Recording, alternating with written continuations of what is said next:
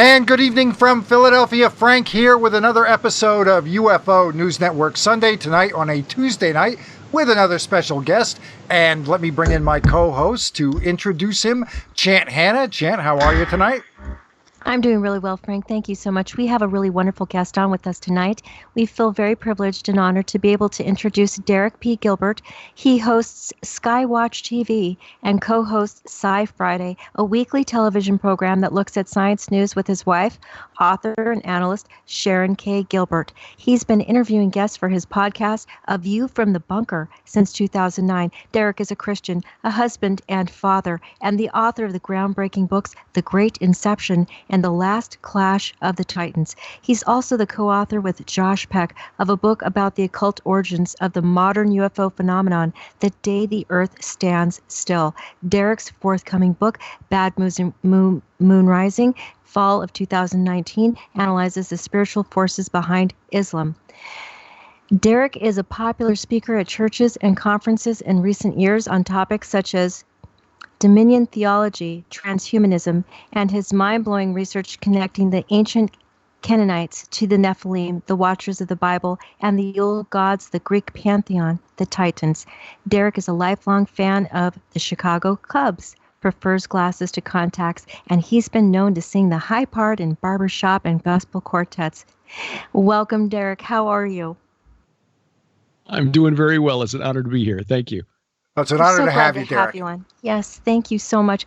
Now, I wanted to ask you, what was the impetus or the inspiration or motivation to allow you to want to take that leap into the topic of ufology?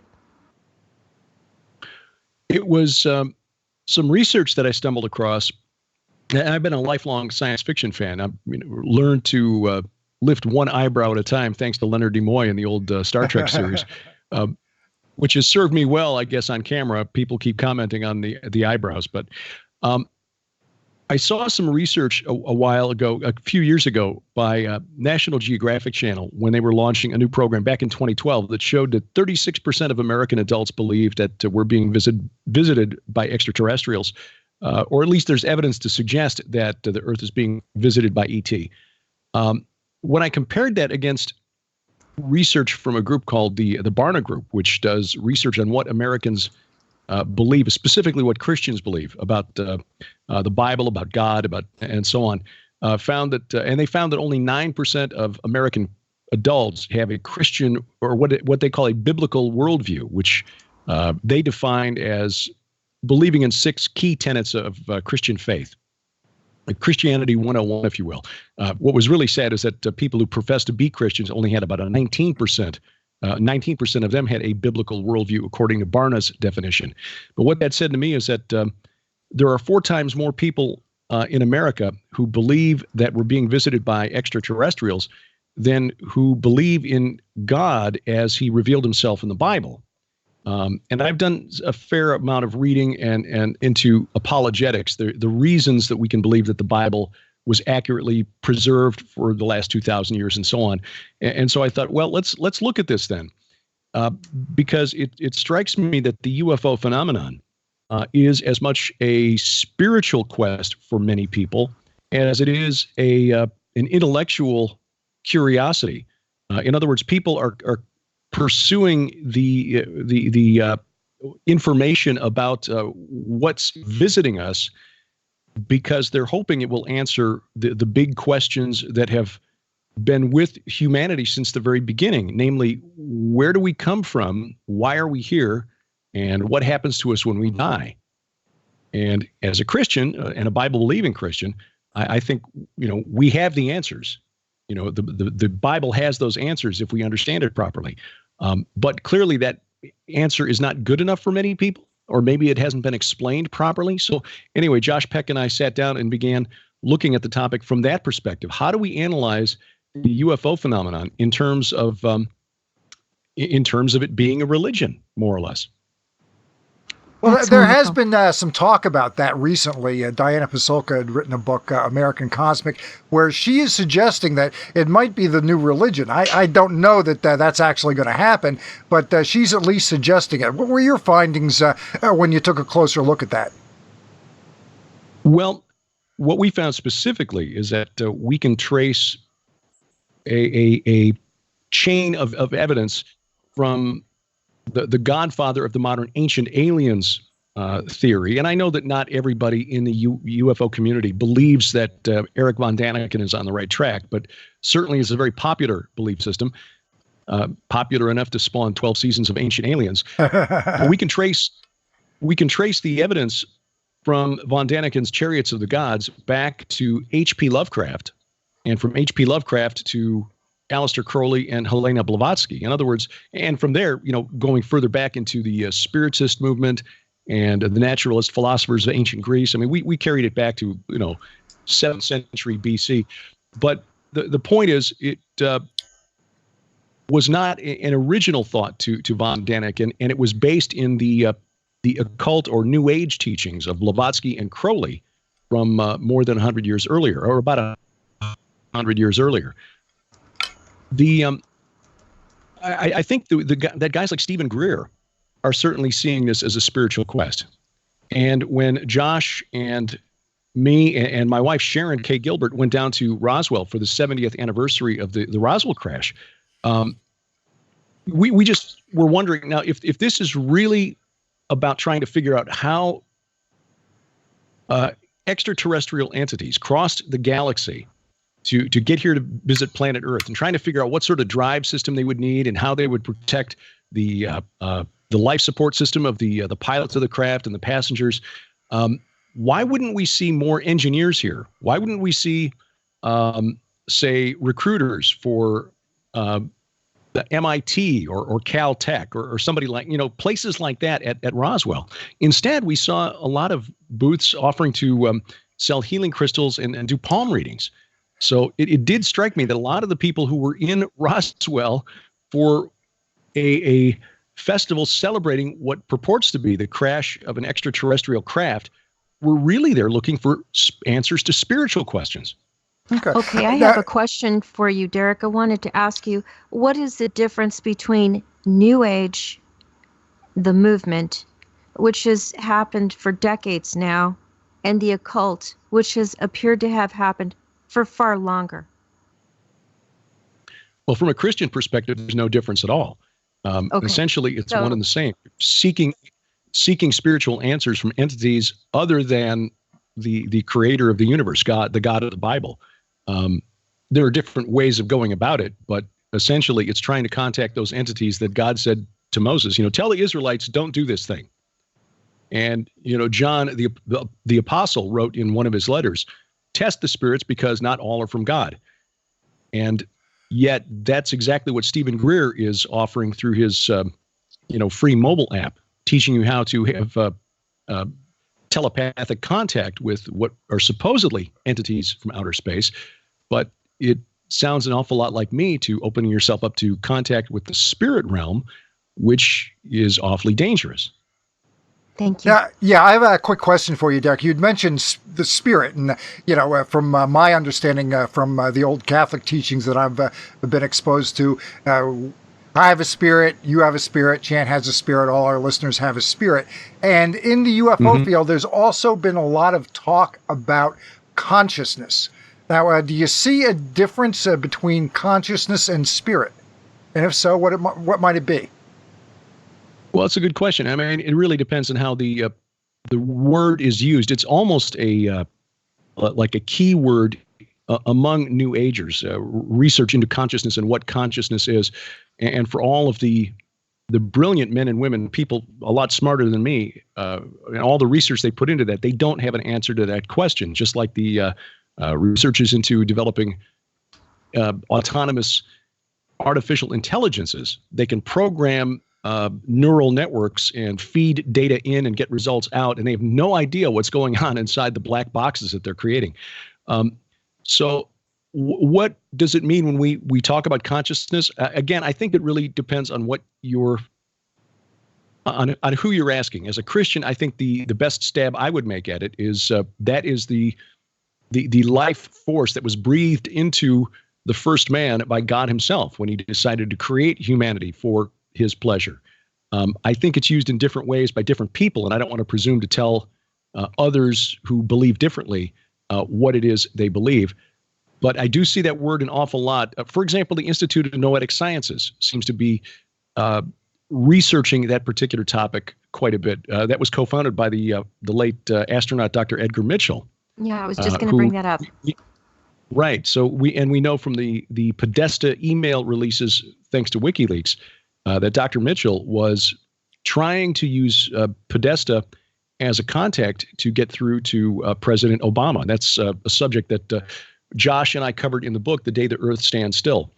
Josh handled that and dug into it and found that even for Dr. Mitchell, who was a scientist, a NASA astronaut, but for him, this was a spiritual quest, as they were trying to encourage the United States government and really the government leaders of the entire planet to make contact with friendly aliens who, according to Dr. Mitchell and his friends, are loyal to God, because there are unfriendly aliens out there from a contiguous universe who want to do us harm, if I understand the emails correctly. But again, when you start using that kind of language, contiguous universe, you're starting to talk about entities that are coming from other dimensions and intersecting with our own. And then you're pretty much talking Christian language again, because that's sort of how we describe the activity of angels and demons. Hey, I've watched a few of your shows over on the SciFriday channel, which is available right here on YouTube, and it's a great channel. And if you watch the shows, you will see studio-level production values that you will never see on this channel. But a fantastic job with all that, how you've got that set up. I mean, it's pro-level work. But in one of the episodes, you had mentioned that the Bible is not a science book. And of course, that's fairly obvious. But do you want to go into that a little bit? Well, sure. God met with the prophets of old and the apostles and the people who they were preaching to where they were. This is a subject that comes up in Christian communities, because one of the subjects that has emerged over the last couple of years is a resurgence in a belief that the earth is flat. Now, Sharon, my wife, is the scientist in the SciFriday. She's got a degree in molecular biology, but both of us have enough understanding of science, of mathematics, geometry, trigonometry, et cetera, to understand that the earth is demonstrably round. Okay, yes, NASA has a black budget. NASA does things that we don't know about, but there are so many space agencies on the planet, I think 70 at last count, 13 or so of which have launch capacity. I think keeping the shape of the earth a secret, if it truly was flat, would be really, really hard in this day and age.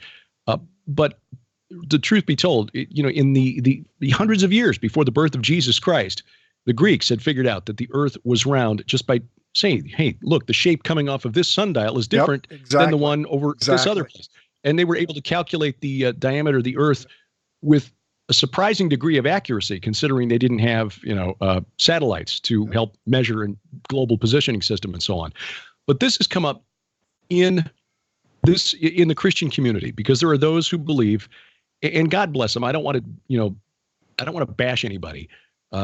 If anybody wants to believe the earth is flat, that's fine. That's fine. But for some, it has become a test of your faith. Because there's some language in the Bible that says, the four corners of the earth, and the earth rests on pillars and so forth, that would seem to suggest that God is saying that the earth is flat. But what God is doing is telling Moses, describing a cosmology to Moses and the other prophets in terms they would understand, and in terms that the people that they would have to turn around and reach would understand. When Moses came up Mount Sinai in the 15th century BC, God did not sit him down and say, okay, look, I've got some things to tell you about the way you guys are supposed to live, but first we're going to have to teach you some astrophysics. The earth isn't flat, it's a ball. And there are people living on the other side of the planet. And, people, if Moses had gone to the Israelites and said, okay, Yahweh has told me the earth is a ball, the Israelites would have laughed and said, okay, we picked the wrong God. So it's not primarily a book of science. God was sharing more important truths, religious truths, spiritual truths that were not premised on a sound understanding of biology, astrophysics, et cetera, et cetera. There are other sections of the Bible where the mountains sing and they clap their hands and the rivers laugh. And if you're going to take the shape of the earth literally, you have to take everything else literally. And it's clear that there are sections in the Bible where the language is poetic. And I think we just have to be discerning enough to understand that that's what God was trying to communicate. Spiritual truth, not necessarily high-level physics and mathematics. One of the more famous quotes from Jesus in the Gospels is, give to Caesar what is Caesar's and give to God what is God's. Is it, or at least shouldn't the correct attitude be, give to science what is science? Yeah, I suppose you could say that. I mean, science has its place. I think where we have overstepped in our Western civilization over the last couple of hundred years is that we believe that science can determine truth.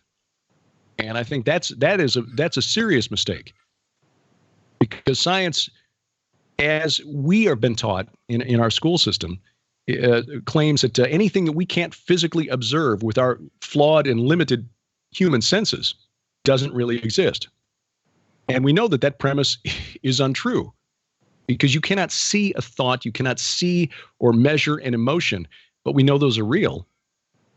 And yet we say, if we physically cannot see, measure, quantify this invisible God that you're speaking of, then he cannot possibly exist. Well, okay, you can think that if you want, but we've got eyewitness testimony of the apostles in the New Testament, and I'll go with that. Thank you. Yeah, we've had enough scientists on. We'd like to have more, of course. But, when they get on and we start talking, you hear very quickly that I think there's a lot of misconception regarding science and how it works and how much conflict there is within that field. They might handle it a little bit differently than a lot of other folks. But there's a lot of controversy in the field. They know that they don't have everything figured out. Well, if they're honest, and most scientists are, and yeah, they'll admit, what we're putting out there today is what we know, the best of what we know to be true today. But every passing year turns up some new discovery that turns everything on its head. The science is almost never settled. I mean, there was a story out last week, just a little story last week about research or experiments with graphene, which are those one molecule thick layers of carbon, or one atom thick layers of carbon. When they lay them a certain way, and they've discovered a type of magnetism that's never been observed before in history. Like, okay, well, learn something new. Right, exactly. Chant, what have you got? Well, I wanted to ask Derek. Well, I have a few questions, but I'll go ahead and start off with TTSA. I wanted to ask Derek, what is your general view of TTSA, how far they've come, if at all, from the very beginning of where they started, and how do you feel about the Atom Project they have?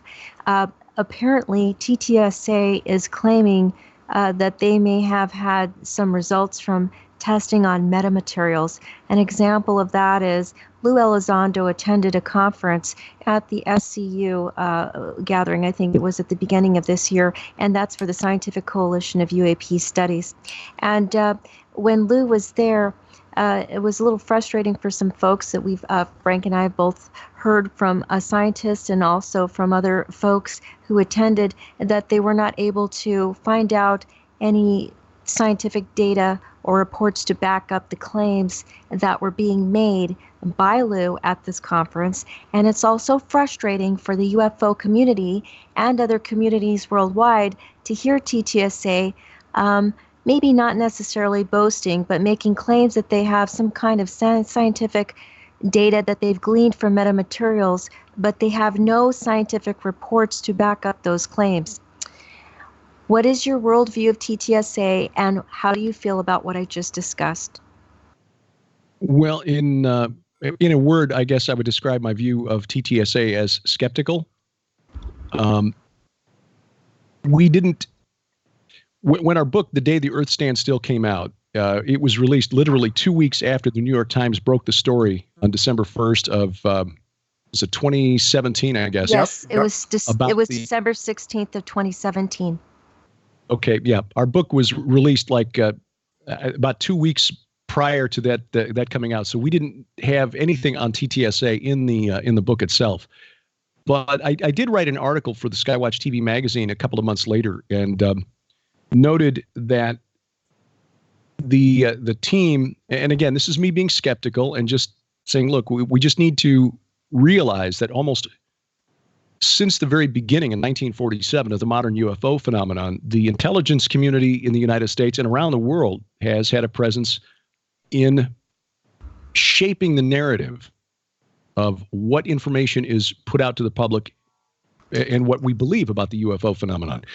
And if you look at the board of directors of TTSA, there is a very heavy intelligence community presence. Now, that's probably because these guys have very particular skill sets that would apply to, that would be useful in researching this topic. I get that. But, do these guys ever really leave the company? I don't know. Is there a reason that when you go to their website, at least my first year or so when I was tracking them pretty closely, I haven't done so for a while now, working on other projects, but it seemed like the very top of the website was, invest, invest, invest. Right. This is the thing that really trips my seamer, and that's a phrase a friend of mine, Sam Miller, gave me. The seamer is what goes off when something just doesn't seem quite right. My seamer went off when I saw that the story that they had put out there, and they were interviewed about very frequently on a lot of mainstream media outlets. They've gotten a lot of mainstream coverage, and these Navy pilots who were chasing these UAVs it's gotten more coverage in more mainstream outlets like CNN, Fox News, mainstream newspapers around the world than most other UFO flaps that I can recall in my lifetime. But the one that was the most prominent, the most sensational, which is the USS Nimitz incident, really wasn't a secret. When you start doing some digging, you find out that the video of this incident was available on YouTube several years earlier. So why suddenly is it coming out now and being presented to us as though this is something brand new that the government was just compelled to release, when this video from the infrared, the forward-looking infrared radar, the FLIR cameras, had been available on YouTube for years. So it seems to me that this is a for-profit venture, which, okay, that's all well and good. I'm all in favor of people using their talents and abilities and knowledge to put bread on the table. That's what I do. But I don't think we're chasing something new. Okay, those craft are behaving in ways that clearly is something unknown, moving a lot faster than anything we have in our arsenal. If I recall correctly, the speed at which the F-18 pilots saw that craft move on radar was something like double the top speed of the SR-71, if I remember right. But that doesn't necessarily mean it's extraterrestrial. It just means we haven't identified it. And that's the question. That's the little skeptical bit that many seem to forget. Just because these pilots don't know what it is, and yes, they are professionals and they are reliable observers, but it doesn't mean it isn't a secret program inside the Pentagon. It could be a secret Chinese program. It could be a secret Russian program. It doesn't necessarily follow that just because the F-18 pilots couldn't identify it, that it must be from off-world. Yes. By the way, I'm sorry to interject, but that's exactly what a scientist said the last interview we had, Kevin Knuth, that it could be everything you said. Well, glad to hear that somebody who actually knows science, because that's not me. That's my wife's bailiwick. But just being a skeptical observer, and maybe that comes from 20 years in professional sales. I started out as a professional broadcaster, but then realized it was a lousy way to raise children. So got out of that, went into sales for a while, and learned to be a little more skeptical of people. Maybe that was good training. Now, again, maybe these guys are sincere, and maybe they're on the up and up. I just think it's interesting that Mr. Elizondo, quit his job with the Defense Department a couple of months before this story went public about the Nimitz incident. But again, the Nimitz incident, for people who are really really digging into the research of the UFO phenomenon, they'd known about that. They'd seen the video out there on various websites for, I'm going to rack my brain now. It's been a year and a half since I wrote that article. I think the video's been out there since 2007, if I'm not mistaken. Yeah, it came out fairly early. I mean, not long after the 2004 incident.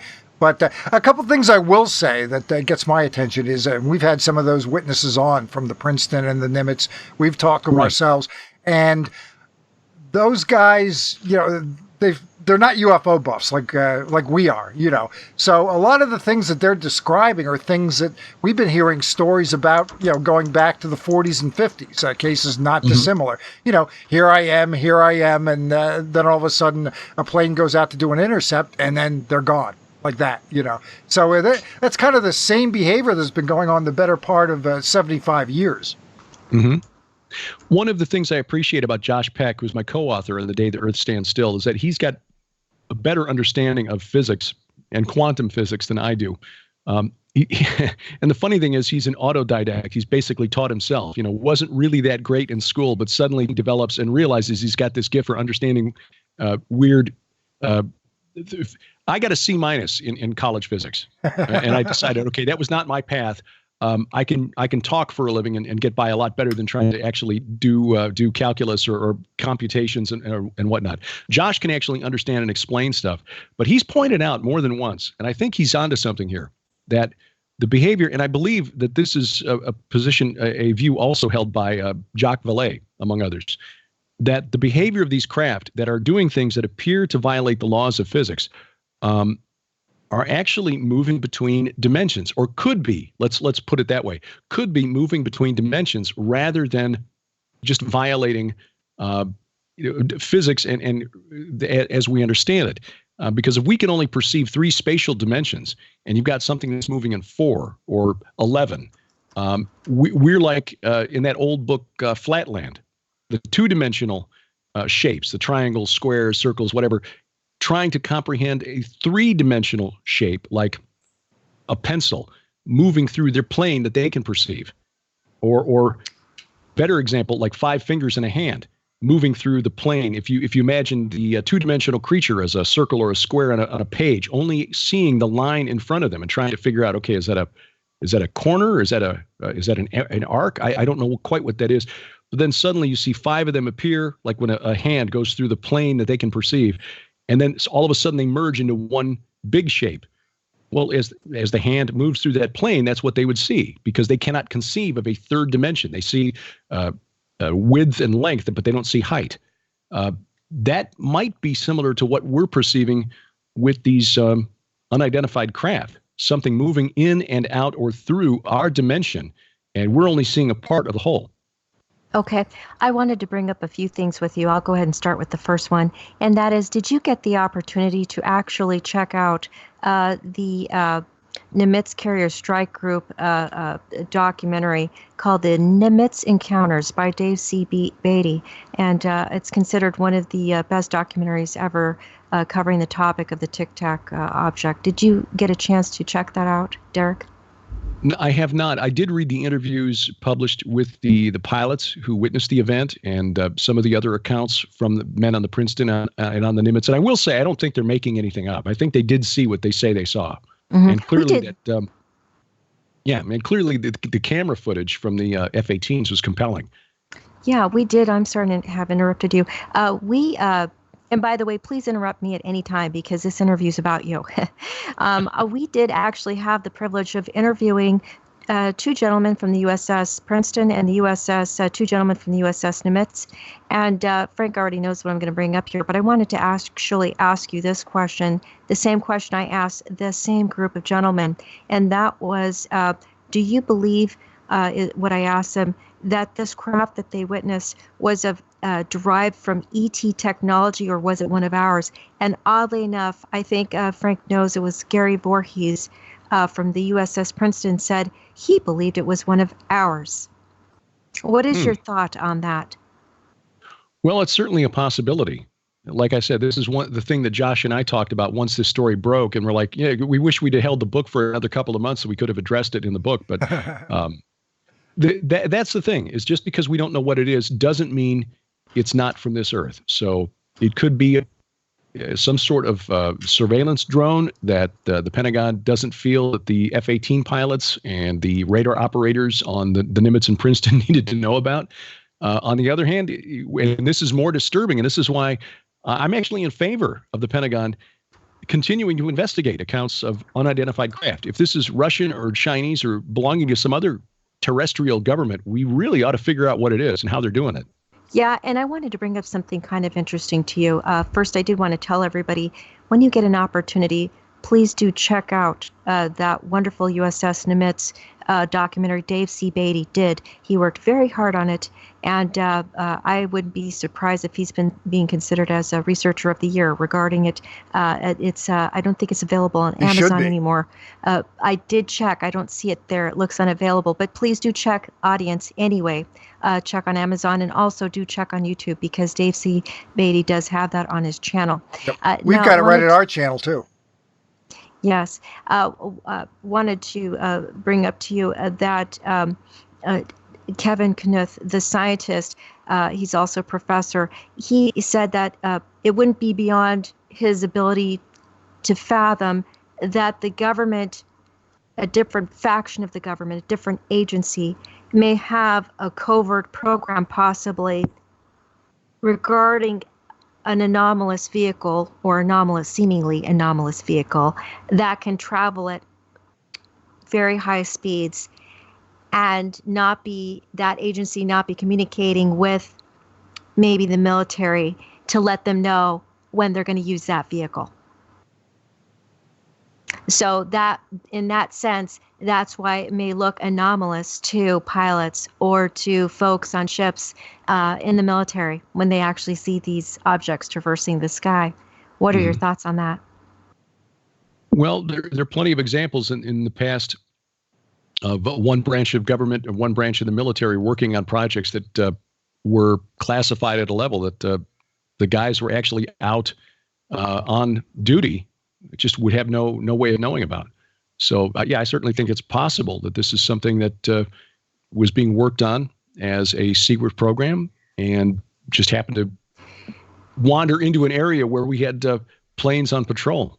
And so where I'm leading this conversation is that you actually tied in the possibility that Lou may have left the Pentagon program that he claims to have been head of, the UFO Pentagon program that studied UAPs, is what they call it, and actually left during the time that this tic-tac occurred. Isn't that right? So I'm wondering if maybe we did have a secret program going on, if you're right. I'm wondering if you're right about that. Well, we can only speculate. I don't have any secret sources, but again, if this was taking place in 2004, again, the video was leaked by somebody to the internet between 2004 and 2017, when it was finally made public, or publicized, shall we say, with some very friendly authors who were able to get interviews with the pilots and with Mr. Elizondo into the New York Times and in front of major news outlets, which gave a real nice boost of popularity, or publicity, I should say, to the TTSA, Tom DeLonge's group. Again, I don't begrudge them trying to make a living. And I hope they're being above board and maybe just being a little clumsy, or maybe there are good reasons for them not to release what information they have. Maybe they've stumbled onto a piece of material that somebody inside the government, still with the government, is saying, we cannot let that information out because that's something that the Russians and Chinese don't have. So there could be a number of reasons why they've not been as forthcoming as others in the community would like. I don't want to ascribe evil motives to them, but again, my skeptical side, my seamer, just looks at the number of folks involved with projects in the intelligence community. Dr. Hal Puthoff, for example, who was, Stanford Research Institute. And I'm not going to remember the name of the programs that he was with back in the day, but the remote viewing program. For one. Yes, that's the one. That's the one. There were many names regarding the remote viewing program. Right. So But just being aware that this is the background, and that again, that the intelligence community right from the very beginning in 1947, beginning with Kenneth Arnold, have tried to steer the release of information in a specific direction or in certain directions. right. I'm just wondering if this is really about disclosure, or if this is about producing compelling new television program, or if this is about the intelligence community doing what it always does, which is directing the narrative. Right, an agenda, so to speak. I did want to mention that TTSA was formed in 2017 as a public benefit corporation, where, as you know, Derek, and Frank knows, that it requires shareholders to keep it going along with products. And so having a TV show is not out of the realm of possibility. Of course, that's something they would pursue. And then any kind of disclosure they have to share about metamaterials might be planned in an agenda-like way, which would not be surprising since they are a public benefit corporation. Wanted to ask you, Derek, about something interesting, and that is, you mentioned the Institute of Noetic Science and how Edgar Mitchell was part of that, starting that organization. And then we move on to Edgar Mitchell's Free organization. And this organization does not believe in the materialistic aspect of ufology. Do you know anything about this organization at all? The second organization that Dr. Mitchell was involved with? Right, Yeah, the it's Free called organization. Free. And it's an experiencer research organization, and they study the paranormal and psychic aspects of the phenomenon, and they're deeply involved in the consciousness aspect, which is no surprise since Edgar Mitchell was involved with creating the Noetic Science, Institute of Noetic Science. I wanted to ask you, do you feel like there is a connection between consciousness and the topic of ufology? I would like to share one example with you. Betty and Barney Hill, part of their story, Barney Hill was claiming that the ETs were communicating with him telepathically. There's an instance of consciousness and the topic of ufology. What are your thoughts on something like that? Well, I'm not surprised that, and again, in that sense, that's kind of how I thought that the term is being used. And I do recall that the TTSA had that as one area of future research, consciousness, which again, I have to wonder if this is really about how these entities cross the galaxy here. Why are we looking at the subject of consciousness? Because that's spiritual language. We're looking at spiritual insight rather than technological insight or science that might help us deal with our need for energy, for desalination, for areas that are short of water, and so forth. Why are we interested in consciousness and this spiritual side of the question? Not familiar with Dr. Mitchell's work in that regard. Josh actually wrote a section of the book that looked more deeply at Dr. Mitchell. But I will say this: I am aware of the work of people who work with contactees, with experiencers. And I can tell you that based on their research and their experience in this field, people who believe they're being contacted by or even abducted by what they thought were extraterrestrials, come to find out that it is at its core, and this is the reason Josh and I wrote the book, a spiritual or supernatural phenomenon. Now, you had mentioned 1947, and I'm kind of glad you did that because what we've been hearing in the UFO community is one of the main reasons for this UFO cover-up is the feeling, at least among the people that are holding on to this information, is that if it got out, it would be very damaging to religion. Now, I personally don't feel that would be the case, but I was wondering if you had any thoughts on that. Well, yeah, and I give credit to a friend of ours who's a respected ufologist, Dr. Michael Heiser. He's one of those guys who's so intelligent that he can actually put scholar in residence on his business card, and it's not, made up.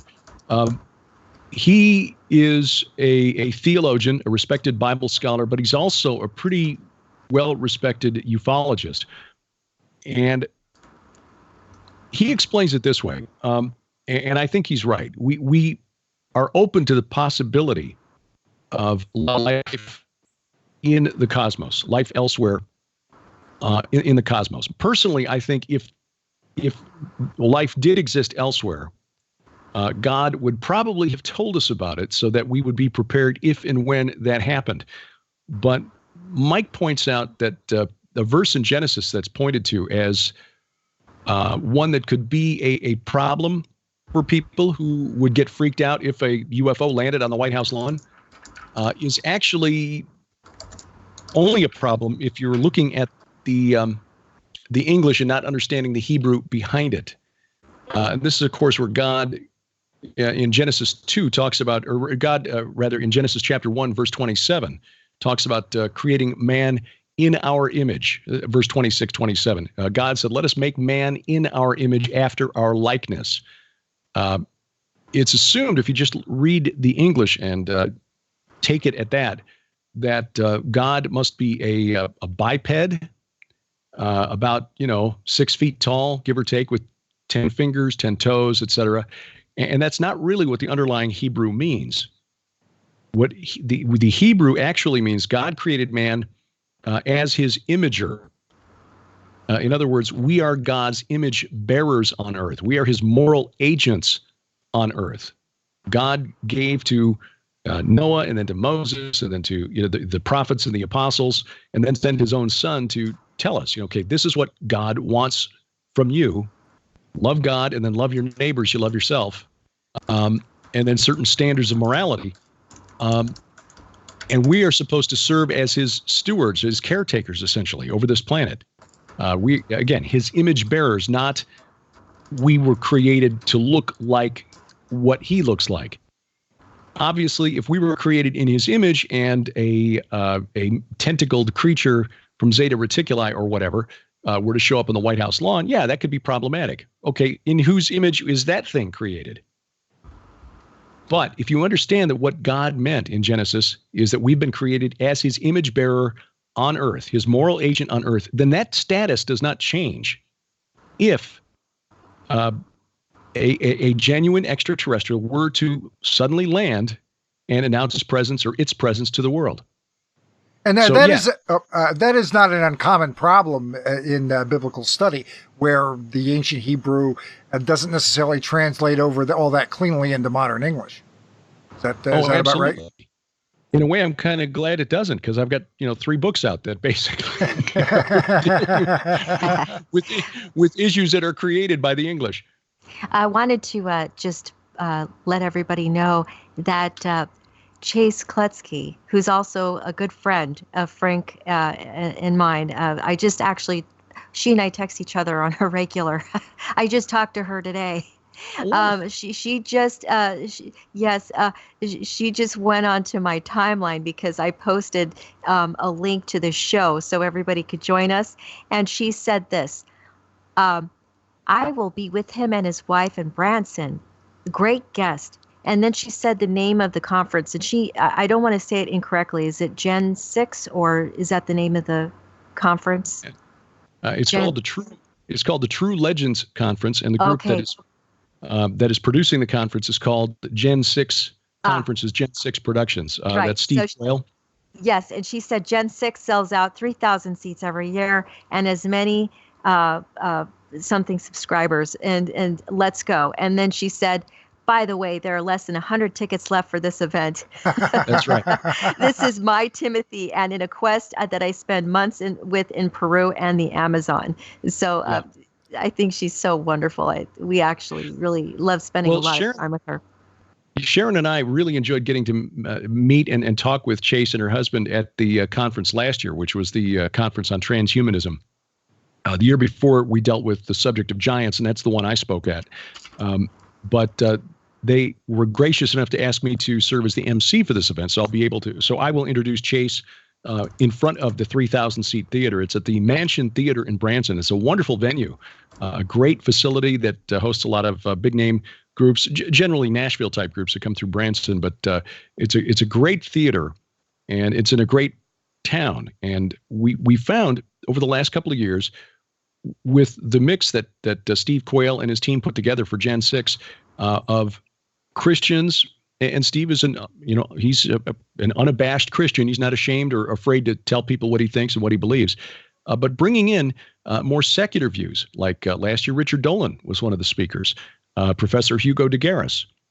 This year, George Knapp, the investigative journalist, will be one of the speakers at this conference. It's at September 13th through 15th. And as Chase mentioned, and I'd heard this from the man on the ground here, Darren Geisinger, just the other day. So your information is correct. It's not many more than 100 tickets, if that, left.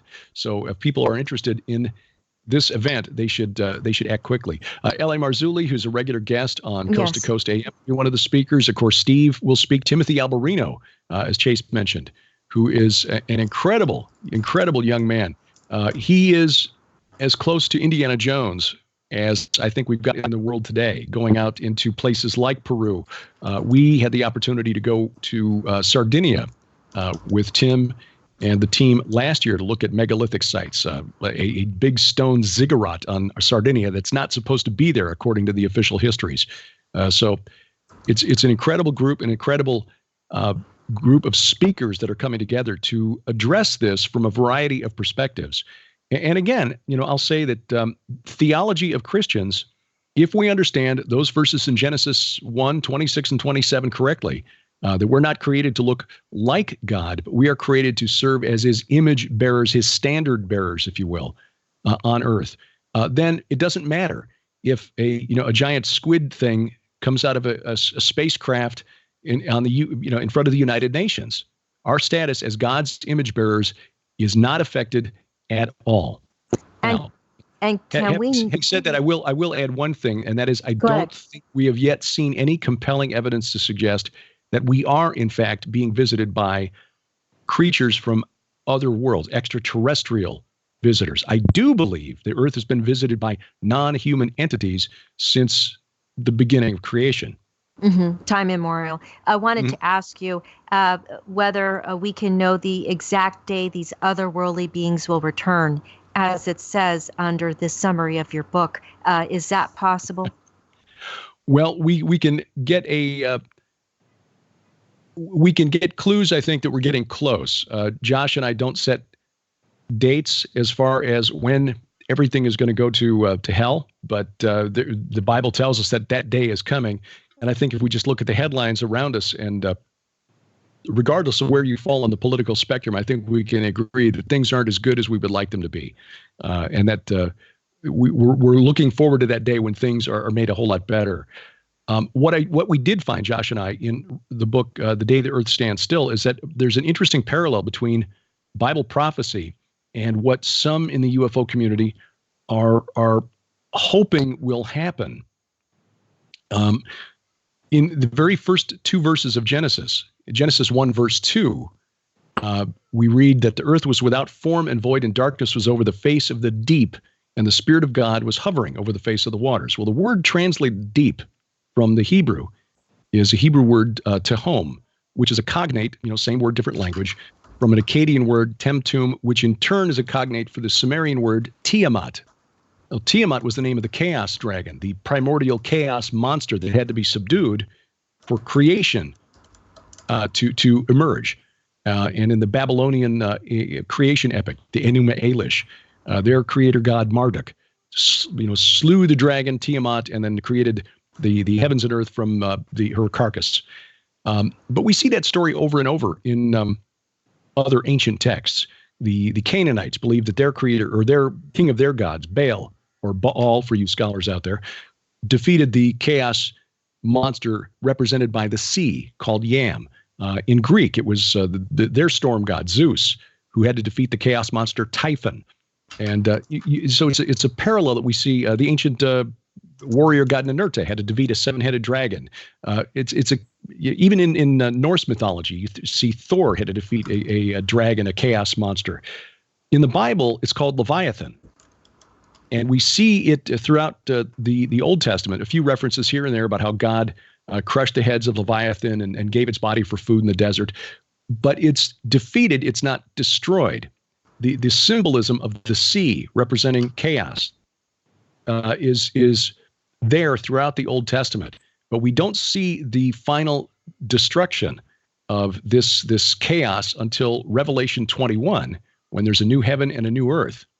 And then you would assume that with a new earth, that the old earth, which includes everything on it, including the seas, would be done away with. But it's a separate line. It says, and the sea was no more.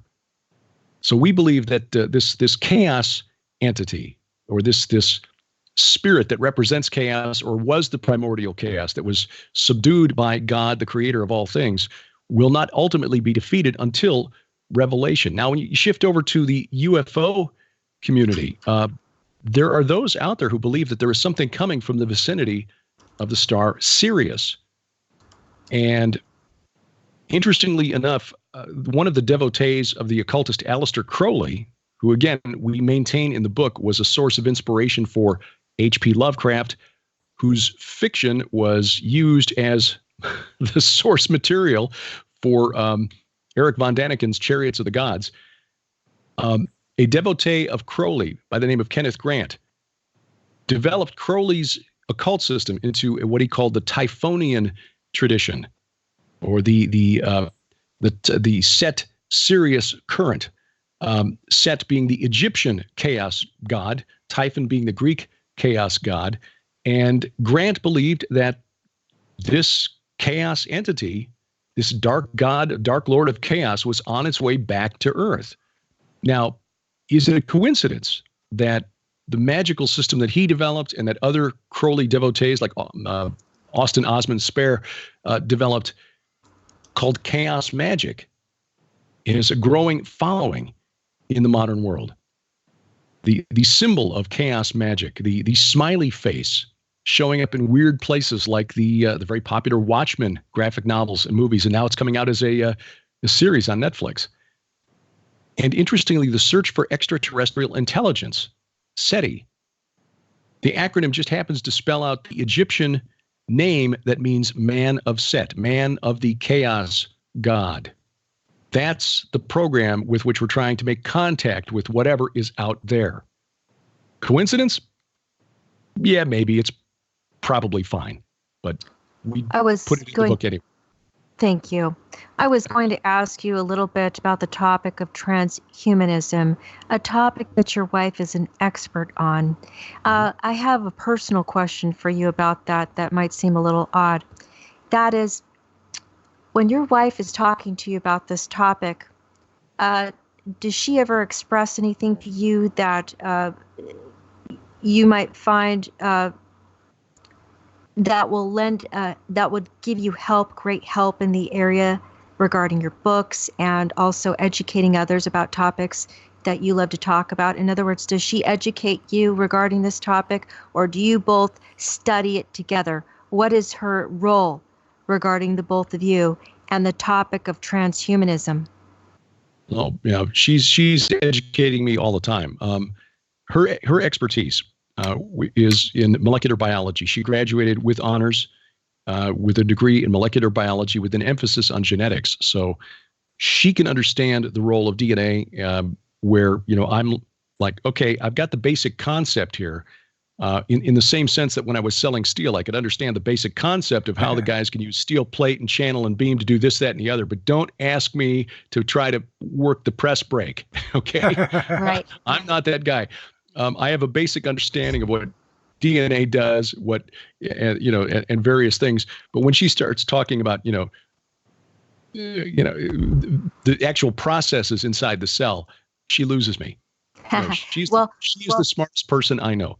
I asked, I'm sorry, there must have been an echo there. I asked because I wanted to know what is her perspective on the topic of ufology, and does her science background ever clash with any of the perspectives you have about topics that you cover? Does it work seamlessly with it, or is it an ever educational quest together? How does it work? What are your roles as husband and wife regarding the topics that you both love to specialize in and also learn more about? Well, she's the most interesting person, not only the smartest person I know, but she's the most interesting person I know. So we have conversations here that we joke would make for great content for podcast or whatever if we just record them. But that would mean having to shave and put on clothes and stuff. But we don't agree 100% on everything, but I'd say as much as anyone else in this world, we agree on all of the important things and about 98% of the other stuff. I mean, I'm a huge fan of the series Firefly, and I would love to see it come back and done, and given a longer run. She couldn't get into it. But that's one of the few minor things. She's got some insights on some of the stuff that we're working on right now. We're co-writing a book based around the ancient veneration of the dead, because that was a huge, huge part of the culture in the world that produced the Hebrew prophets and apostles. The pagans around them were venerating their ancestors and venerating the spirits of the giants of old, the Nephilim, the Rephaim. But she's got some stuff that she came up with for her talk at our conference in Branson this past weekend, the Skywatch TV Defender Conference, that while she was giving her talk, I'm like, whoa, okay, I didn't even know that was in there. So I'm learning stuff from her all the time. And a lot of the stuff that I dig out, because I guess I'm wired strangely. For me, a fun Friday night is finding a new paper on Mesopotamian cosmology that I'd never seen before. She's taking a lot of the research that I've been putting into my solo books on the overlap between, say, Greek mythology and the Bible.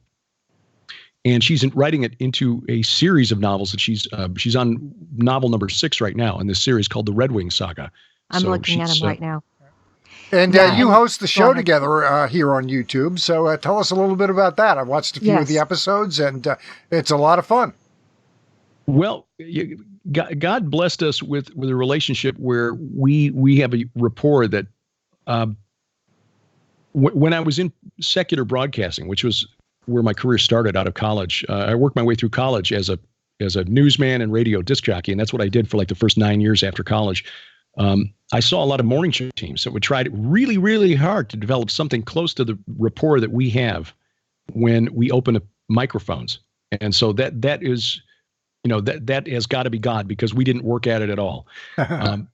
We host a program called SciFriday, which was Sharon's idea. And we just talk about science news or specific topics, depending on what inspiration strikes us in any given week. If something big in the world, some new scientific discovery hits us, we'll talk about that. Or we may just have a topic that we feel like we want to cover.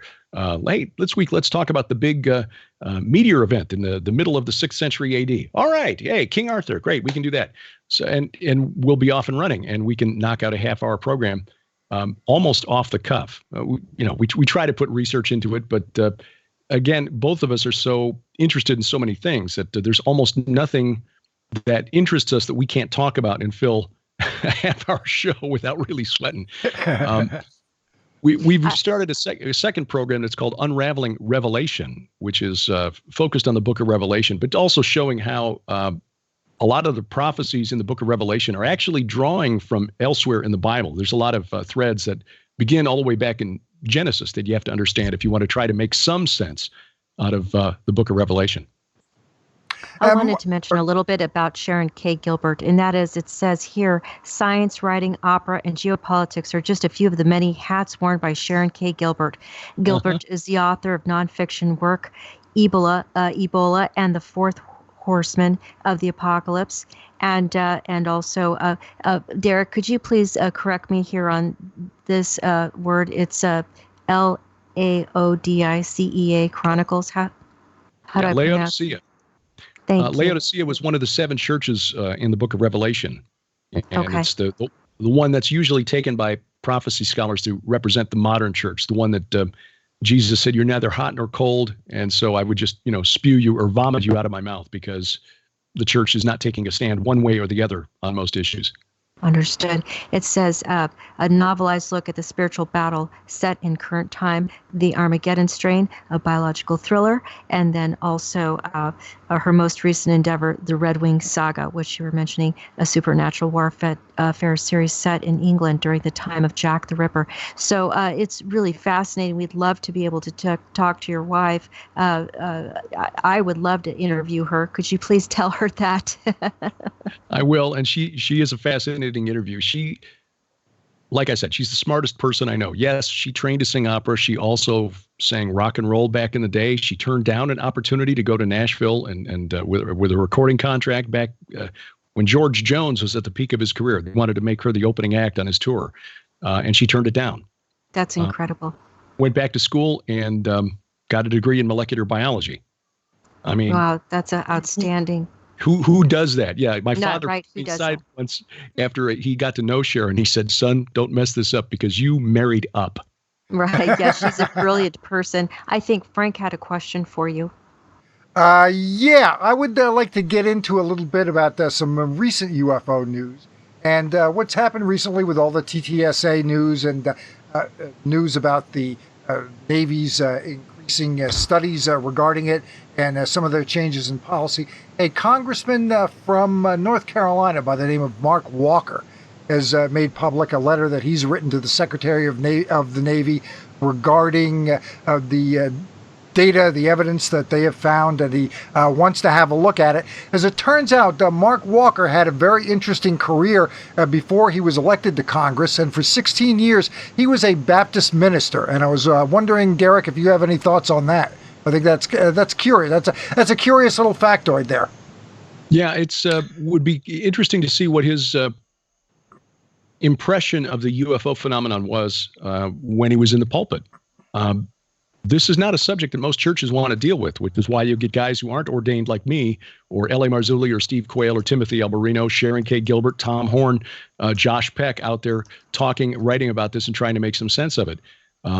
Or Dr. Michael Heiser, again, who's a Bible scholar, who's probably one of the best ufologists out there in terms of looking at evidence with a critical eye. Something is going on, that's clear. And making sense of it, I think, is in our best interest. It's certainly in our national security interest, whether it's extraterrestrial or just some secret program being run by another government. The Navy, the Air Force, the Army, we really need to know what's going on. So I'm all in favor of the Pentagon running a program to try to figure out what these things are. And I also noticed in the lineup, Michael Schratt is going to be there as well. Yes. And he is one of the better guys in terms of taking a look at these sightings and determining whether or not it's something of ours or not. He's very much up on that end of the field, and he's a top man under that little sort of subheading there in UFO studies. So I don't know how familiar you are with him. I think a lot of the folks who listen to this show are, and he'd be a fun guy to listen to, no doubt about it. He knows his stuff. Looking forward to the green room conversations at the upcoming conference in Branson. Most definitely. And Chase is going to be there as well. Now, did you have any role in the booking of this conference, or was this all handled by the fellows who are doing the producing? Gen 6, they did all of this. I'm just a guy. I'll just go out there and say, time to take your seats and please welcome. Got it. Now, are you going to have Chase? Are you going to have Chase on your SciFriday show? Because she'd be a great guest for you. If we get an opportunity to sit down with her, we would love to do that because she is a very well-respected researcher. And again, Sharon and I were really impressed with her when we had the opportunity to sit and talk with her over dinner. And as time at the conference allowed, it's pretty crazy when you get that many people in the theater there. And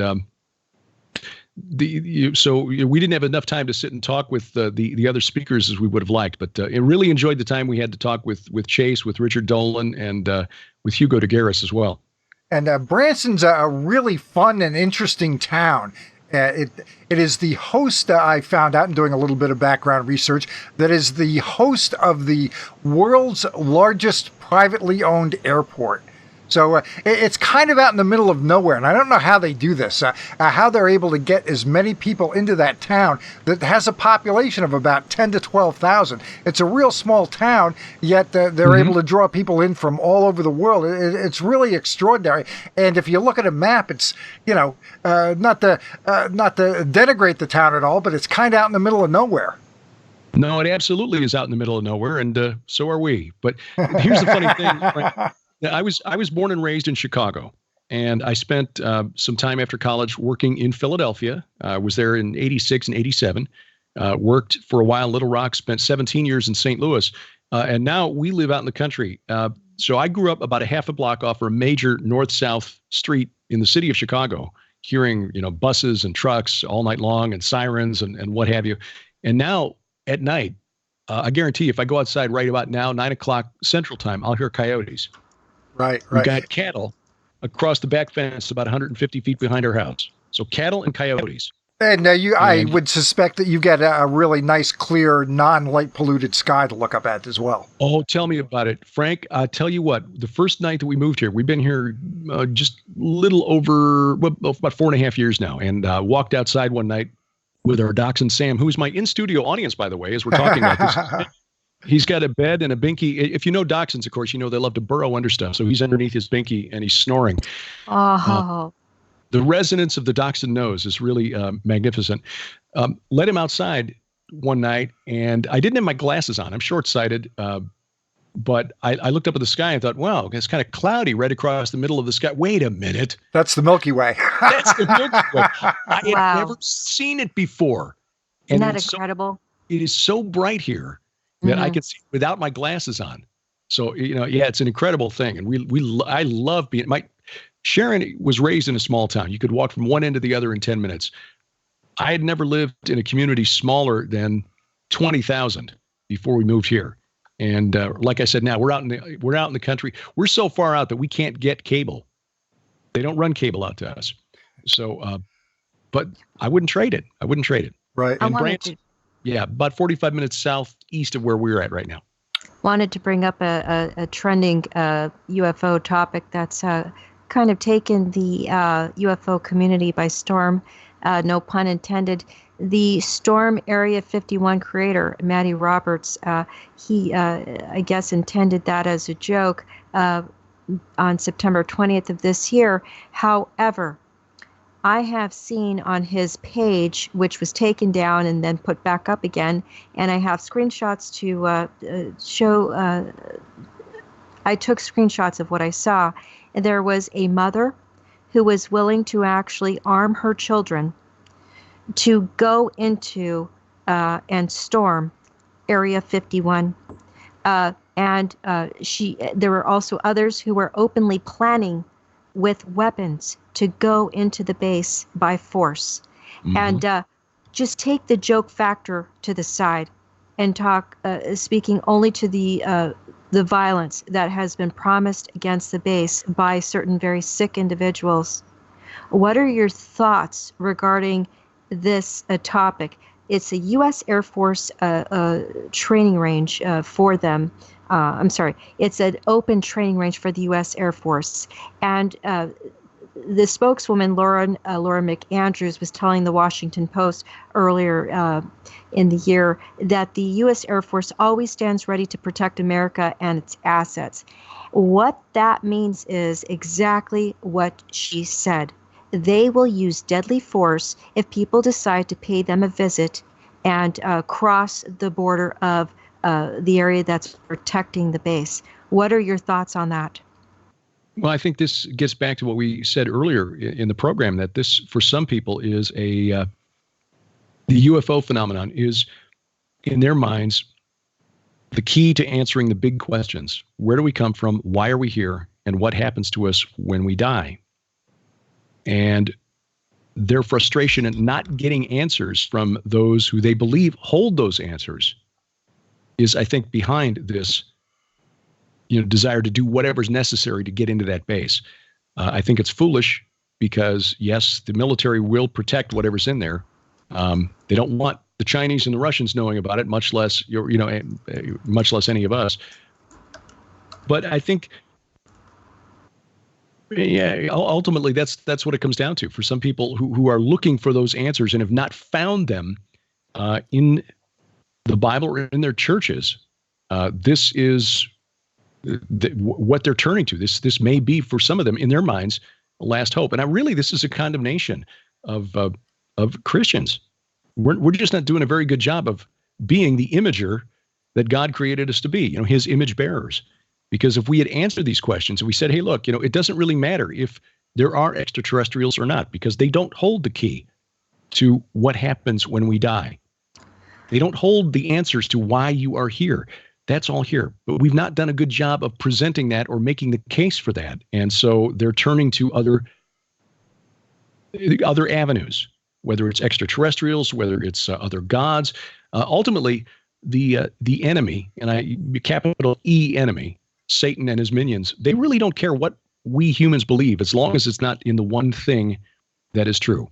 And we're all created with free will. So believe me, I'm not one of those guys who's going to tell you or mock you or belittle you if you disagree with my point of view. That's not my job. Jesus didn't tell his apostles that it was our job to try to berate people or belittle people or bully people into accepting him, which doesn't work anyway. I mean, if you don't really believe, it doesn't work. He told the apostles, look, if they're not going to listen to you as you go preach into a village, just shake the dust from your sandals and move on. We're not, and never were supposed to convert or try to convert at the point of a sword. But if we're not out there representing the God who created us well by loving our neighbors as ourselves, which was like, very simple command, love God, love your neighbors, very simple. And yet we still, after 2,000 years, we're just not doing a very good job of it. Well, I thank you very much for saying all that. I wanted to mention, I took a lot of heat in the UFO community by certain people for being against this event in only one respect. And they totally misunderstood what I was saying, although I was crystal clear about it, and regarding this Storm Area 51 event. And that is, there should be no violence involved in this event. There should be no one promising to threaten violence. And it comes on, what we're talking about comes on the heels of something quite terrible, and that is the mass shootings that have occurred. And there's August 5th, 4 people were injured at a shooting during candlelight vigil in Brooklyn, New York. August 4th, there were 4 people discovered wounded late at night in Grenada, Mississippi. 7 people were wounded in drive-by in Douglas Park, August 4th in Chicago, Illinois. And then just skipping on down, because there's a list too long to mention here, but we have Walmart shootings, then we have a garlic festival in Gilbert, California, where people were shot. And, my point to the UFO community was, their point to me was, well, this is all a joke. We're going for the fun and games and the music and for disclosure and the truth, as they called it, which the truth, as we all know, is different to everybody. And they're going to demand that the government reveal whatever it is that they would hope the government could reveal. My point was, we need to understand that there's crazy people out there, and I use that term kind of loosely, crazy, take it as you will, who are willing to degrade themselves to the level of violence. And they use events like this as opportunities to take advantage of, where there's good people who just want to enjoy whatever it is they came to show up to enjoy. And they use it as a point of opportunity. And I wanted to know, how do you feel about these shootings that just happened and the possibility, the potential for violence at this event? Well, I would hope that nobody would actually go there and think that they could outgun the United States military. Right. I mean, that's suicide. That would be foolish. Yet there's people that are actually thinking they can do that. They're planning it right now. I saw them planning it on his page, and they weren't joking either. Multitudes of people were doing this. Well, again, it's not going to end well for them, which is tragic. I'm sure that the military doesn't relish the idea of having to use force to defend the base against American citizens, but I presume that that's what they'll be willing to do if the whatever's on the base is secret enough that they don't want it to get out. But I think it speaks to the day in which we live, and I would argue that the violence that we've seen here in recent years actually argues for the Christian worldview, which suggests that we as humans are inherently, our default setting is to sin, is to do bad things to other people. And God, in his wisdom, having created us with free will, allowed for us to have the free will to do bad things. The only way for bad things not to happen to good people, for things like happened in El Paso and Dayton this weekend not to happen as if God had created little automatons to limit our range of choices, to make us little robots that couldn't hurt each other because we were not free to make those choices. And I know that there are those out there who suggest that we don't actually have free will, that everything we do is just the result of chemical reactions inside of our brains, or that we are somehow inside of a simulation and nothing really matters anymore anyway. Again, I would suggest that the outcome of those actions, which are evil, there's no other word for it, argues for the source of those ideas. And it's not the God of the Bible. Okay, the last question I have for you about this topic, and then we'll move on, is how in the world can people showing up at a base, and by the way, I believe the military is going to make sure that they can't get anywhere near the base, that their presence will be many miles away from it, so people can only go so far. But how can people showing up en masse at a base demanding for the truth, which means something different to all 2 billion people on this planet, all 7.7 billion people on this planet, how is that going to create transparency for the topic of ufology from the government? It has never done that before. Why would it happen now? No, I think you've answered the question. It's not going to happen. What I understand, there's some talk going on about it, and what I hope happens is that they do have a little bit of a music festival and a get-together to support greater transparency, and I hope that's what happens. I mean, there is the possibility that some folks will branch off and do something stupid and ultimately self-destructive, but I'm hopeful that things turn out well. Yeah. Let's pray that nobody actually gets serious about trying to draw down on the United States military, because like I said, it's not going to end well. On December 16, 2017, Leslie Kean and 2 other authors wrote an article called Glowing Arrows and Black Money, Derek, and I wanted to know, do you feel that was a form of disclosure from the government? Well, no. I think this was actually, this gets back to my skeptical assessment of TTSA. I think it was a well-planned marketing and PR move for the folks behind TTSA. Understood. Okay. And do you believe that there is anything supernatural whatsoever about the UFO topic that we haven't discussed that you wanted to bring to our attention, or paranormal, or along the lines of the opposite of spirituality? Well, no, not really. I do think it is a spiritual or supernatural phenomenon. Again, open to the idea that maybe someday an extraterrestrial craft will land here, but I just have not seen evidence of that yet. Not that's compelling to me. Nothing that couldn't be explained by other alternative explanations. Interdimensional or extra-dimensional entities, which have been with us since the beginning, since the garden. Why would they present themselves to us as extraterrestrials? Well, again, they don't care what we believe, whether we believe in other gods or believing that extraterrestrials will be our salvation.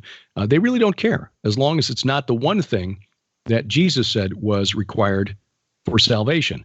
Now, again, if you're not a Christian, that's fine. I bear you no ill will. God created us all with free will to choose to believe whatever we want. But that's what Jesus said. There's only one way to the Father, and that is through me. And that excludes the millions of people around the world who choose to follow the teachings of Muhammad, those who are Hindu, Buddhist, Jews, Jains, Zoroastrians, whatever.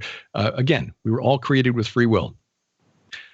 Those who choose to follow the belief that the Ashtar command is here to help us evolve to the next level. Okay, good on you. Just evaluate the evidence. That's would be my one suggestion. Just evaluate the evidence with a critical eye. I just have to wonder why, if we're being visited by beings from other planets that are so technologically advanced they could cross the vast gulf of space, why they can't figure out how to use a webcam or a cell phone. I mean, why are these messages being sent like channeling? Well, that's the kind of rituals that were being done 3,000 years ago in the Bible, where necromancers were summoning Elohim, spirits from the underworld, to communicate messages to the living. In fact, that's the book that Sharon and I are writing right now about the spirits of the dead and the practice of offering sacrifices to them and getting messages from them, summoning the spirits of the ancestors. This is the same type of communication. Why is it all telepathic? Why isn't it, analog? Well, actually, I have some thoughts on that. I'm not entirely convinced that what we're dealing with is telepathy, that it might well be it's just a technology that we don't understand. So I'm open to that possibility as well. Which is possible, but why are only certain people able to receive it then? If it's that advanced, why can't they do a broadband communication where they can reach a whole bunch of people at once? Hey, we're here to help you. And if they are here to help, what are they waiting for? These are all great points, by the way. I really enjoy listening to you. I have never heard that kind of point made, or these points made, rather. I'm really glad that you're bringing them up. Thank you.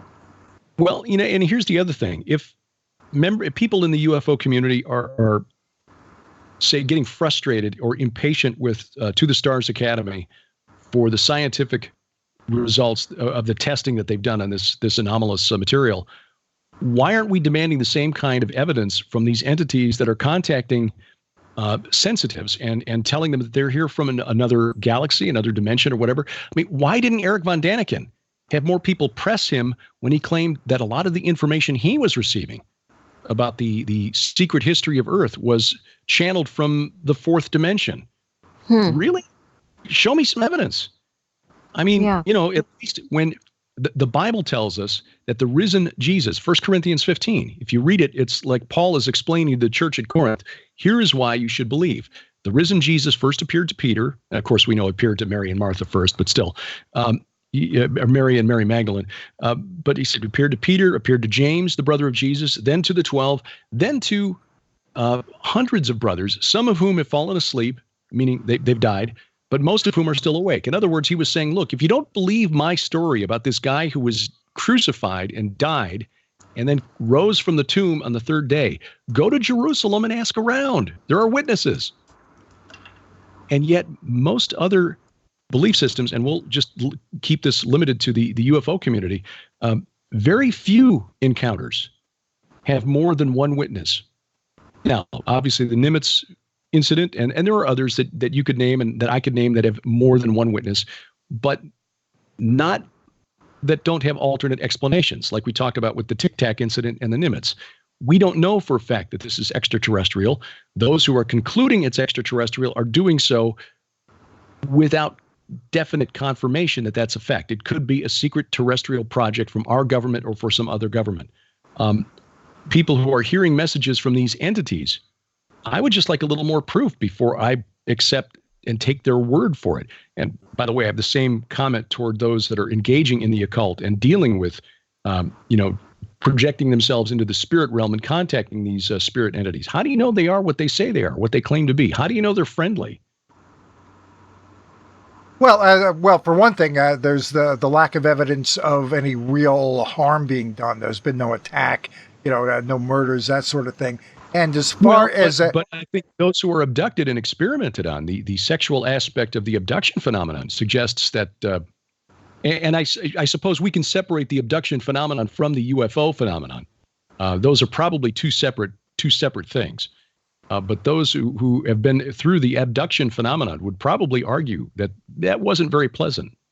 That's interesting. I've never heard there was a delineation ever until you just said it now, that the abduction phenomenon is probably separate and different than the UFO phenomenon. So I feel like I'm really, I really heard a lot of very different things from you original thoughts that I've never heard from anybody before. Thank you.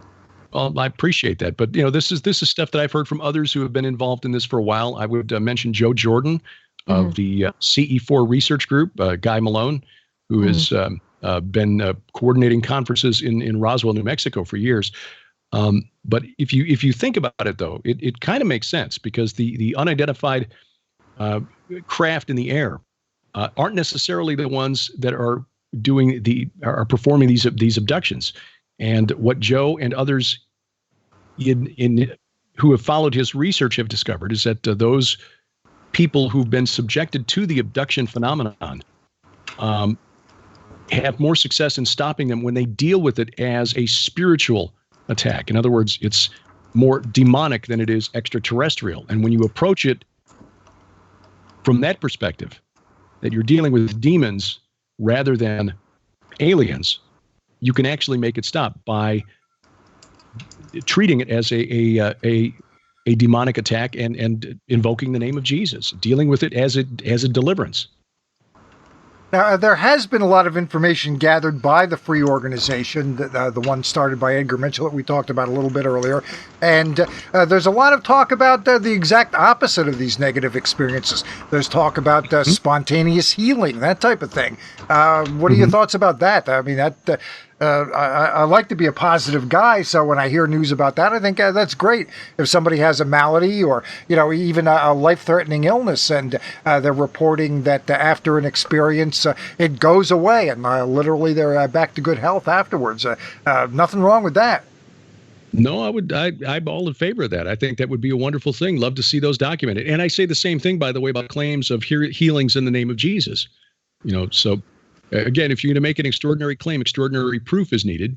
I've seen some things that I can't explain that I would classify as miracles, but others may disagree. But yes, I think that if anytime you're dealing with a situation like that, whether it's a miraculous healing or a really unpleasant experience that the late Harvard physicist or psychologist rather, John Mack, equated to the experience of those who'd gone through satanic ritual abuse. He basically said that those who had experienced abductions, their experiences were similar and too similar to be just coincidental with satanic ritual abuse.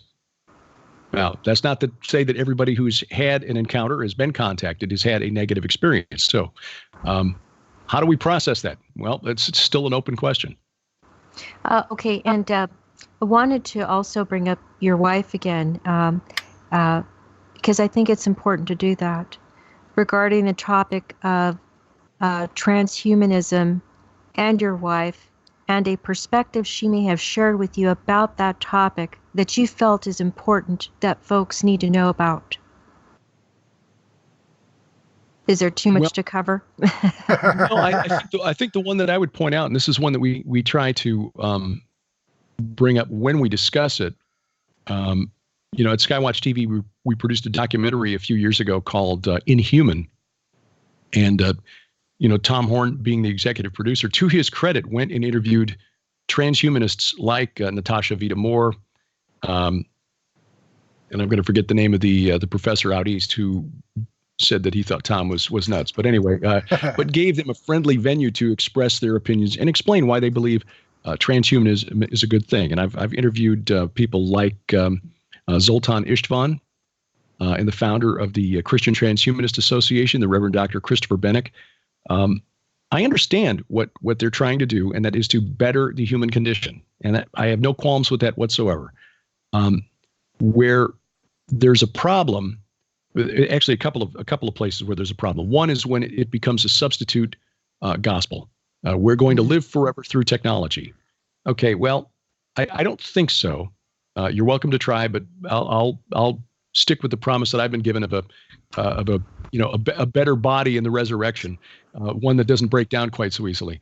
But secondly, and this is, I think, for even non-believers, I think we can set religion aside on this particular issue, and this is one that really disturbs us. And Sharon, for her, this hits close to home because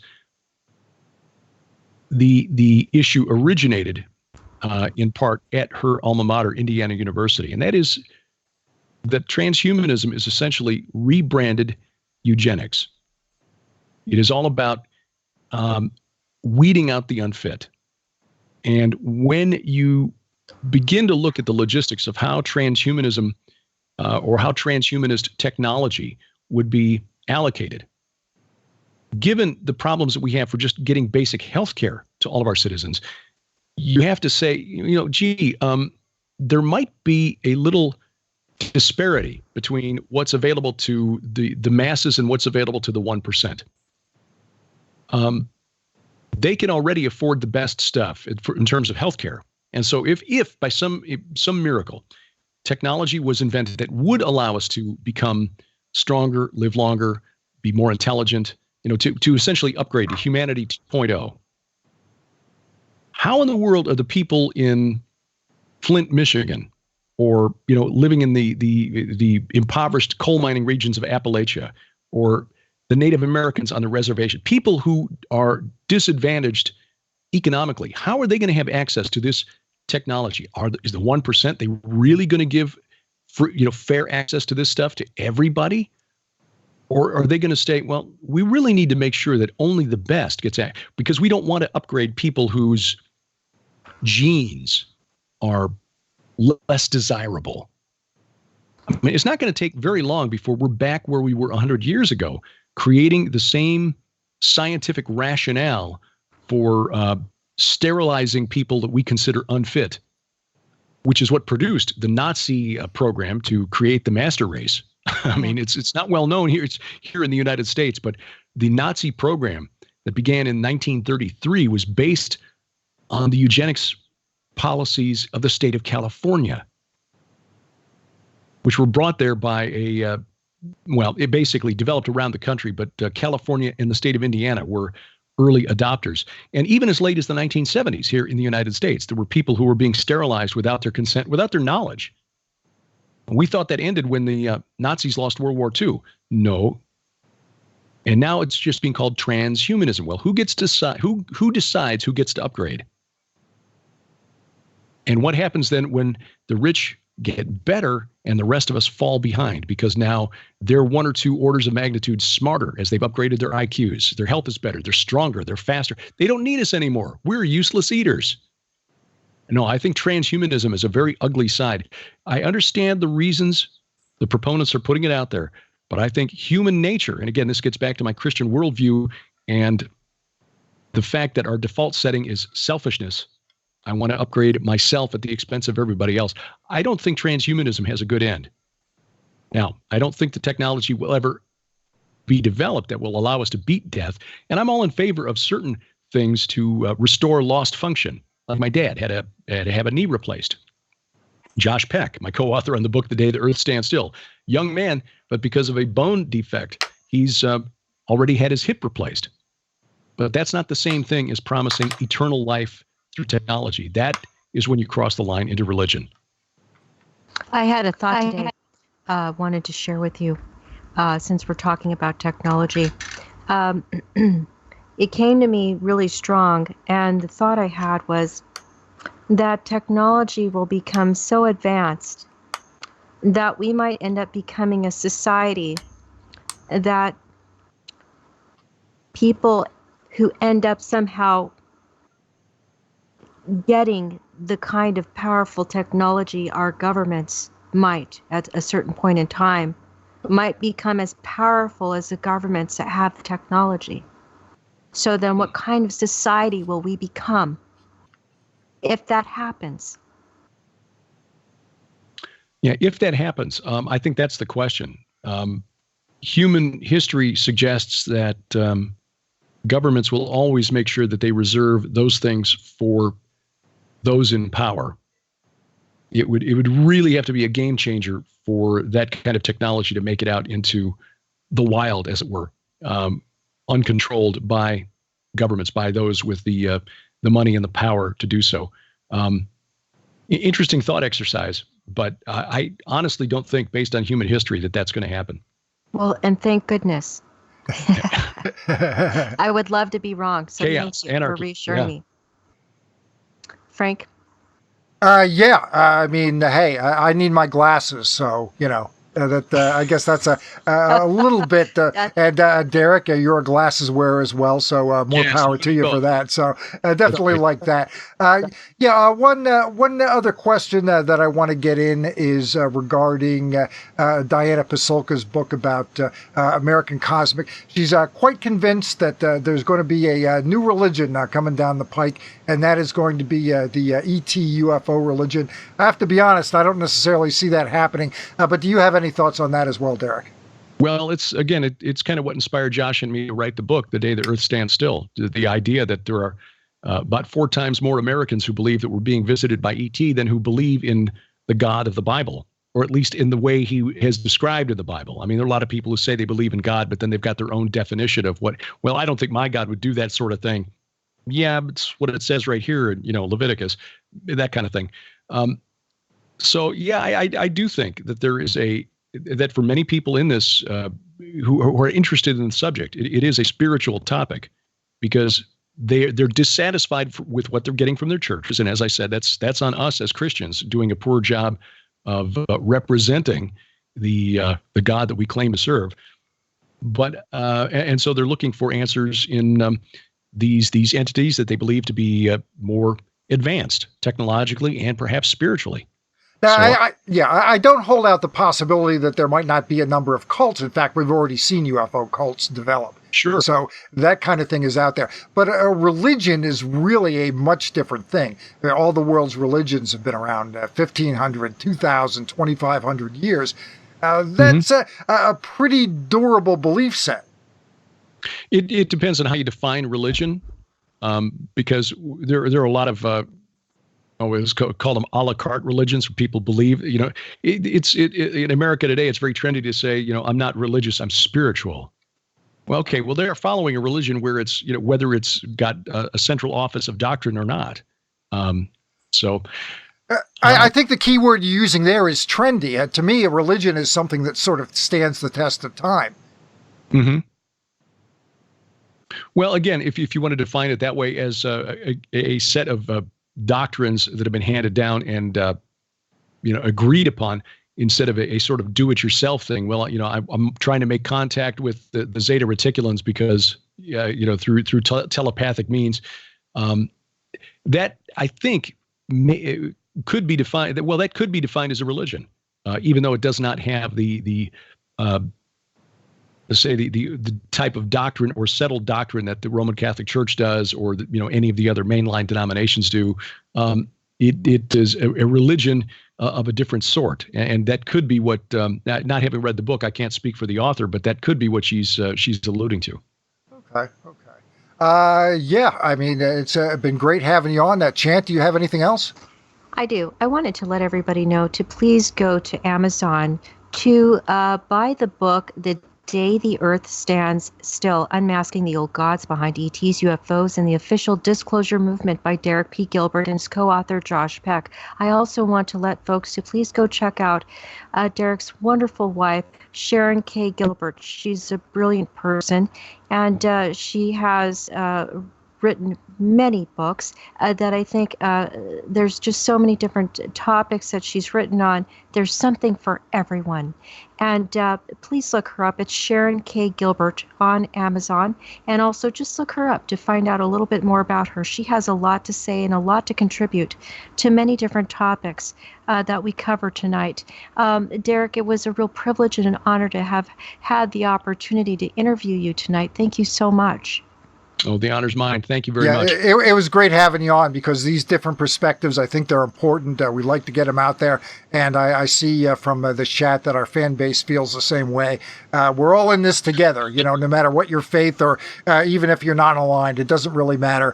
We're all in this together. And who knows what the future might hold. Hopefully good things. But if maybe not so good things, then we got to work together to try to overcome those issues. So thanks again, Derek. I sure do appreciate it. I appreciate it. We do need to. Sorry, it was hard for me to hear. I didn't hear very much there. I apologize for interrupting you, but I did want to make sure, Derek, that we do cover the events that you may be going to this year and next year. Can you please let our audience know that? It's very important that they know. Oh, we appreciate that. Of course, the one that is probably of most interest to your audience is the True Legends Conference in September. That's the 13th through the 15th at the Mansion Theater in Branson. There's still some tickets available for this, and they'll have an opportunity to see and hear from Chase Kletsky, Michael Schratt, George Knapp, L.A. Marzulli, Steve Quayle, Timothy Alberino, Professor Hugo de Garis. And that is It's going to be a great venue. I mean, it's a very comfortable place to sit for a day and see and hear the speakers. And Branson, a great place to find, other stuff to do and to eat. So it's a great way to spend a couple of days, make it a vacation. Again, it's September 13th through the 15th, and gen6.com is the website for more information there. If people are interested in the topic of giants and giantology, actually got a conference coming up in just a couple of weeks in Lubbock, Texas. That is August 16th through 18th. It's the Sons of God, Giants of Old conference. Dr. Michael Heiser, one of the featured speakers. Sharon and I will both be speaking. Dr. Judd Burton, who's the author of a book called Interview with the Giant, Ethno-Historical Notes on the Nephilim. And Dr. Aaron Judkins, who's an archaeologist who was part of the search for Noah's Ark in Turkey a couple of years ago. And he was with the team that just discovered the most recent scroll cave at Qumran, the Dead Sea Scrolls. So that's August 16th through the 18th at the Fellowship in Lubbock, Texas. And registration for that one, tickets for that are only $5. It's not bad. I can afford that. That's incredible.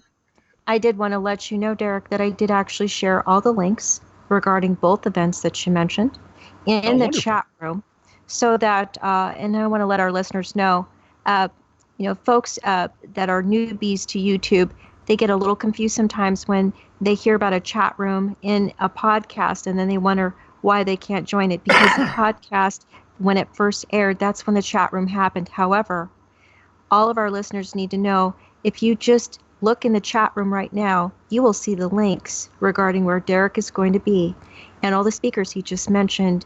If you click on those links, you'll be able to attend those wonderful conferences. So please do that. And thank you, Derek, so much for your time. And please tell your wife I would love to have the privilege of interviewing her. I will do that. And thank you very much. It's been an honor, and I appreciate you letting me get here and just talk. My father used to say, when you ask Derek for the time, he tells you how to build a watch. So thank you for letting me. No, we like guests like that. We're used to them. And of course, SciFriday. SciFriday. Now, do you just roll on Fridays with that show, or is it like our show where we say it's Sunday, but who knows when we might be on? Well, we record it when time allows. We usually do record it on Thursday, but we release it on Fridays, and you can find that at SciFriday.tv. Got it. Well, we try to fly without a net here, so we generally roll live, and sometimes that works well, and sometimes we run into some technical difficulties. But tonight went pretty smooth, so the Lord was with us today as far as the technology goes. So I appreciate that. Amen. So Derek, thanks again, and good night, everybody. We'll see you again on Thursday. You have a nice night. Bye-bye now. Bye-bye.